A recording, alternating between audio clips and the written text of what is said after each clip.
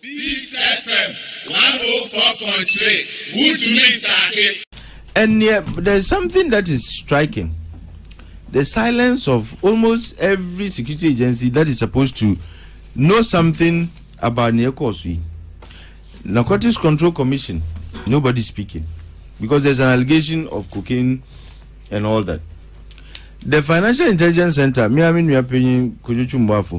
his outfit is not speaking. But there's an allegation of money laundering. What is here? Ghana Civil Aviation Authority. This is right, in your backyard. You need to be giving us the information. Say, they stopped to do refilling and refueling.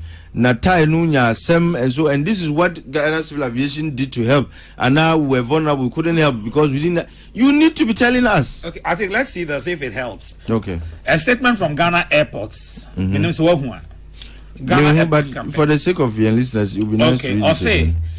The attention of the management of Ghana Airport Company Limited has been drawn to media publications making false allegations concerning the involvement of Ghana Airport Company officials in passing false information to one Reverend Intim Fojo, who has made allegations of drug trafficking regarding 2 aircraft landing at Kotoka International Airport some weeks ago. It is important to state that 1. Landing permits of all aircraft entering Ghana are issued by Ghana Civil Aviation Authority in conjunction with the National Security and not Ghana Airport Company Limited. 2. All security checks were conducted by Aviation Security and National Security, while ground handling services were conducted by Swissport Company for the aircraft that arrived. 3. There was no evidence of any illegal substance on board both aircraft. 4.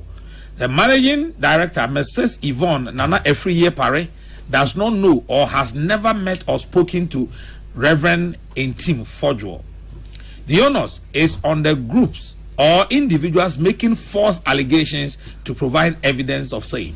6. Ghana Airport Company Limited hereby serves notice that the company will not hesitate to seek legal redress against any media house, individual, or any other entity for any intentional or mischievous publication on Reverend Intim Fojo's false allegation and related matters that seek to bring the image of the company, its managing director, and the government into disrepute regarding the 2 aircraft. Finally, or say discerning Ghanaians are entreated to disregard those fictitious and malicious allegations and publications and treat them with the contempt they deserve. Signed, Management, Ghana Airport Company Limited. Hey. No, this is a statement by somebody trying to protect a job. Wow. It doesn't add anything to the conversation. It doesn't. If anything at all, also because something very definite said there was nothing illegal on board. How do you know that? Did you do inspection? You see, sometimes, you just made the point, say ground handling was done by Swiss. Now you are making a definite statement and said there was nothing illegal. How do you know that? Did the airport company conduct any search on the plane to know there was nothing illegal on board? Something you have said, say, domain. How then did you know, say? And that's precisely the point I'm making. You see, you said this was no, you now on Kanhubi. Landing and everything else, different. Yeah. Then you go proceed to say, you airport company says there was nothing illegal on board. How would you know that? This is just an attempt. What was that? People are calling for a head. And where there's just an attempt to protect her job. Say, information and team for Joe. And direct your attention elsewhere. That's all this statement is about. He has not added anything to the conversation about this scandal. What has here? And to me, this thing is just somebody who is, straining her veins to defend her job. That's all this is. But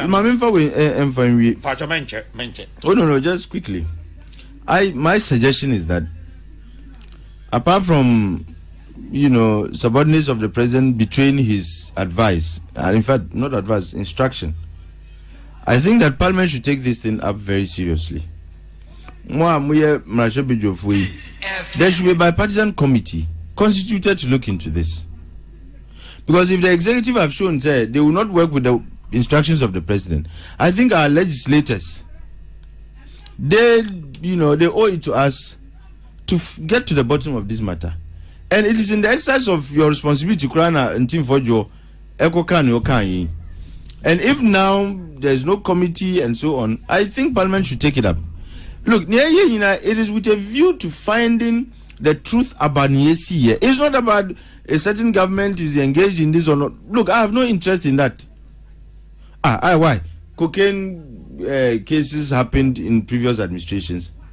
But so that we are protected and we are sure, say, BBC and CBM, let's get to the bottom of this matter. And my advice to people speaking for government, say, stop trying to be the jurors on this matter. Speak to only what you know. And if anything at all, if I were in their position, I would rather consign everything to that committee that needs to be set up. Yours is to communicate the findings of the committee, not to be the committee and the judge at the same time in this matter. This FM 104.3. Who to meet